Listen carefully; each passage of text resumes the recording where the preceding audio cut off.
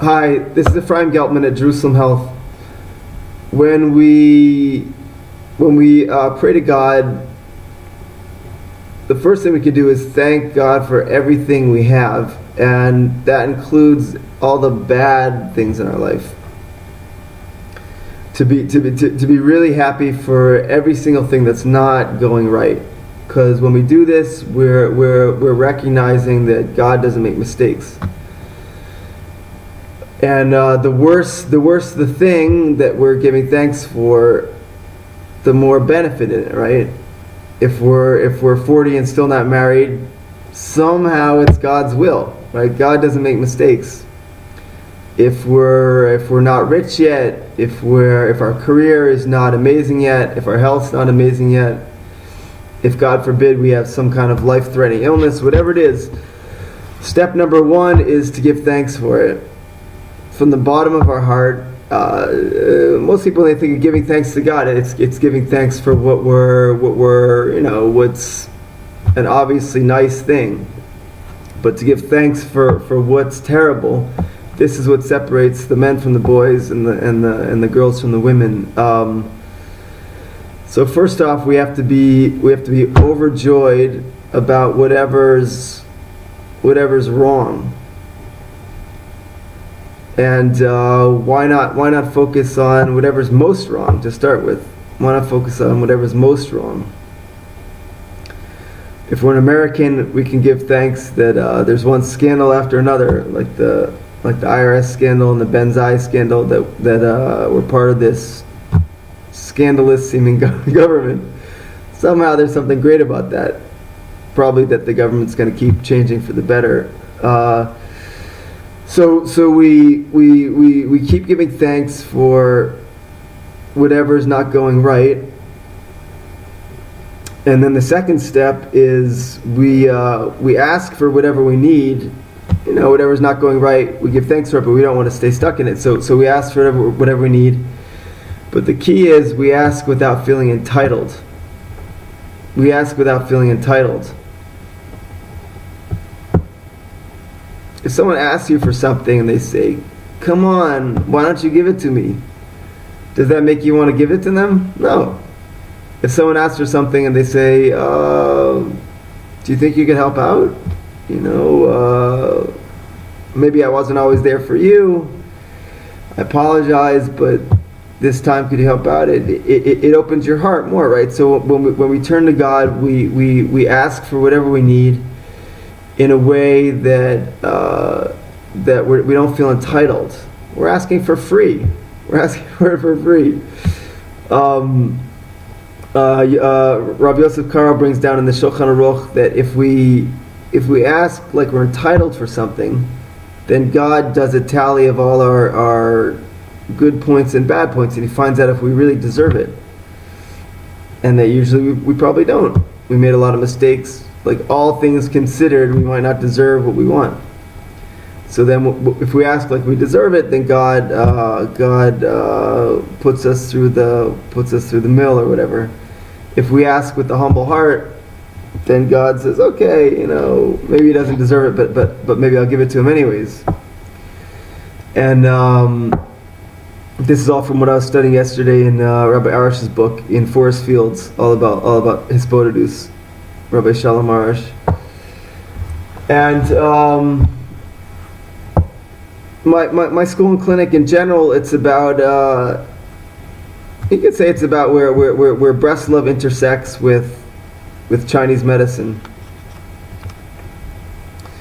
Chinese medicine, we're also trying to help everyone heal, help everyone get what they need, but it's really through the natural channels, right? Chinese medicine is all about the mastery of nature. Taoism, the mastery of nature, the way of nature.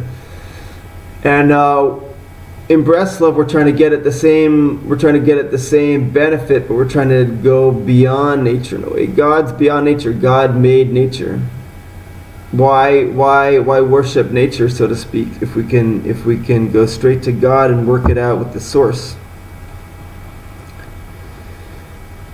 One of my friends, I caught up with them recently. They got very into herbal medicine, herbal medicine, great thing, and but they do some work with.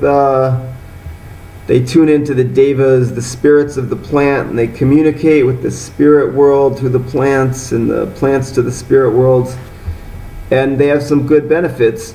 But I wanted to tell them, why deal with these lower spirits when you can just go right to the source of all this in the first place?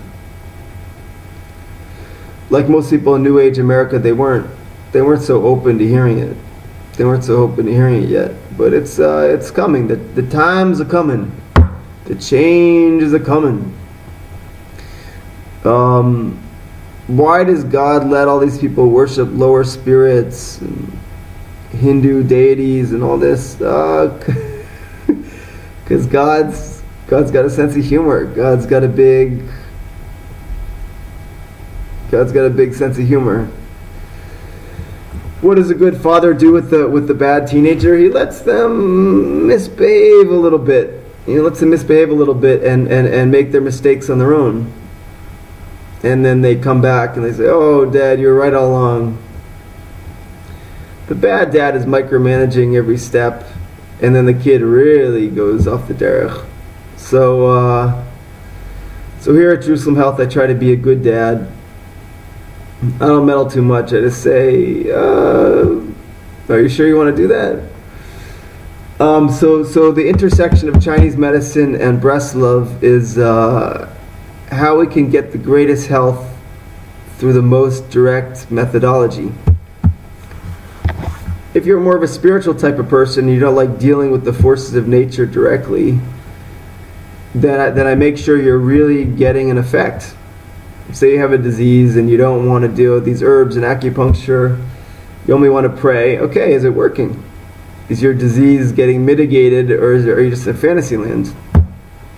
And conversely, say you're obsessed with natural methods,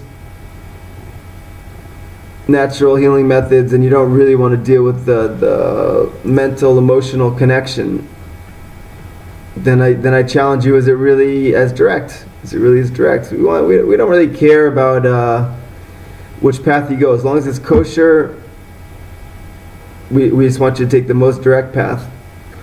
And like I say every video, more and more I'm convinced the most direct path is for you to find the one person in the world you respect the most. And I'll give you a hint, it's not going to be me. The minute you come to me, I start working on helping you figure out who you respect the most in the world. And it's a great task, and it's going to put you through everything. And what could be better? What could be better? Nothing could be finer.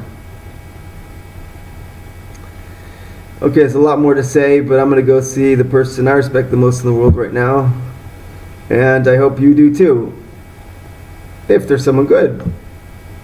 If they're part of a large global scam, then I hope you figure it out, and I hope you figure it out soon. A lot of leaders in this age, they really don't deserve their leadership. Alright everyone, much love, and we'll be in touch.